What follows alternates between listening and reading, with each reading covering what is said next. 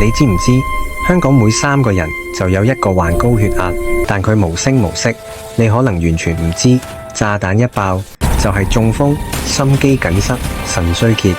但唔使驚，今集我哋話你知點樣救返自己。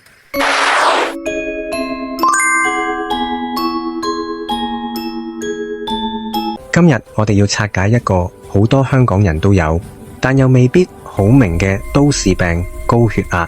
你可能聽過，但係咪真係知佢有幾得人驚？又或者啲醫生開嘅降壓藥，究竟係咩葫蘆賣咩藥？今集我哋會用最簡單、最貼地嘅方法，5分鐘同你一次過講清楚。記住睇到最後，學識點樣保護你嘅心血管。首先，咩係血壓？唔使諗得咁複雜，你只要記住2個超簡單嘅概念就得。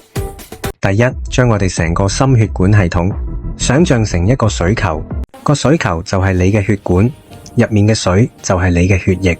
如果我哋係咁向個水球入邊加水，個水球係咪會越嚟越脹，壓力越嚟越大？啱啦，呢個就係血壓嘅基本原理。身體入面嘅血越多，血壓就會越高。咁點算好？係咪一定要食藥？第二樣要記住嘅係，水跟住鹽分走，呢個係我哋身體一個好重要嘅法則。你食得越鹹，身體就會鎖住越多水分，唔俾佢哋走。水多咗，血容量就自然多咗，你個水球壓力就梗係大啦。仲有啊，隨住年紀大，我哋嘅血管會好似啲舊水管咁，慢慢硬化，冇咁有彈性。以前後生嗰陣，血管識得擴張卸力，而家硬晒太，血一多，壓力就爆表啦。最恐怖嘅係，高血壓通常無聲無息，你可能完全冇感覺，但佢就好似一個裝咗喺你身體入邊嘅計時炸彈，慢慢咁破壞緊你全身嘅血管。炸彈喺邊度爆就出邊度事。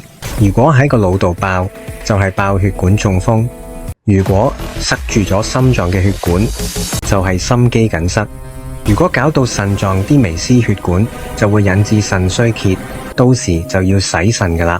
所以千祈唔好睇小佢。我哋可以由生活習慣入手，打響降壓第一槍。首先就係減鹽。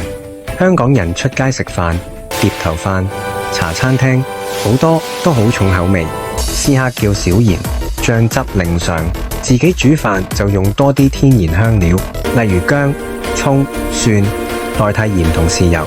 第二，做運動。運動可以令我哋嘅心臟更強壯，好似換咗個勁啲嘅泵咁，唔使咁用力就可以將血泵到全身，血壓自然會降低。每日行快啲，急步行30分鐘已經好有幫助。如果生活改善都唔夠，醫生可能就會建議食藥。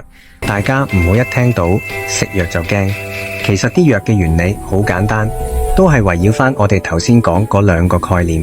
降壓藥主要分2大類，第一類嘅目標係放鬆血管，就好似幫個水球鬆綁，俾多啲空間佢。呢類藥有好多種，例如 Pril、Sartan 或者 Dipine 結尾嘅藥，都係做緊呢樣嘢。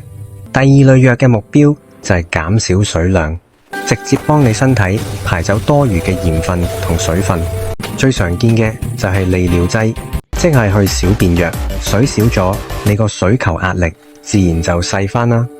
總結一下，高血壓就係我哋身體嘅水球壓力太大，原因不外乎水太多、關鹽分事或者血管太硬。